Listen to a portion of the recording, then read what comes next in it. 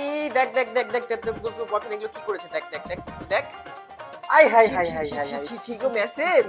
হ্যাঁ, এটা আমি মানছি, এটা ওর প্রোফাইল, কিন্তু এটা ওই করেনি, এটা হচ্ছে ওর বন্ধু করেছে মেসেজটা, আমাকে বলেছে কালকে।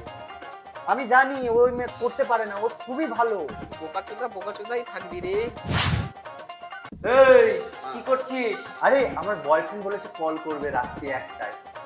এখন 3টা বাজে। তো কি হয়েছে, ও এখন লেলিন পড়াচ্ছে, লেলিন পড়িয়ে উঠে আমাকে কল করবে।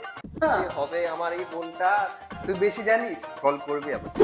ভাই আমার মনে হয় তোর বয়ফ্রেন্ড তোর সাথে চিট করছে। হুল, তুই বেশি জানিস। ও একবার আমার সামনে হাত কেটেছিল, ওর রক্ত সবুজ, আমি দেখেছি, ওর রগ অব্দি সবুজ। তুই আমার বয়ফ্রেন্ডের ব্যাপারে এগুলো উল্টোপাল্টা কথা বলবি না, ওই খুবই ভালো ছেলে।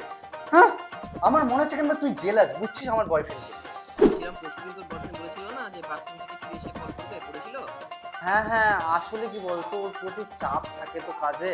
আমি অনেক চেষ্টা করেছি যে ফোন করে, ওই বলে প্রতিদিন যে আমি বাথরুম থেকে এসে কল করছি, তারপর আর কল করে না। আসলে কি বলতো, খুব চাপ, লোকের তো একটা পার্সোনাল প্রাইভেসি বলেও কিছু থাকে।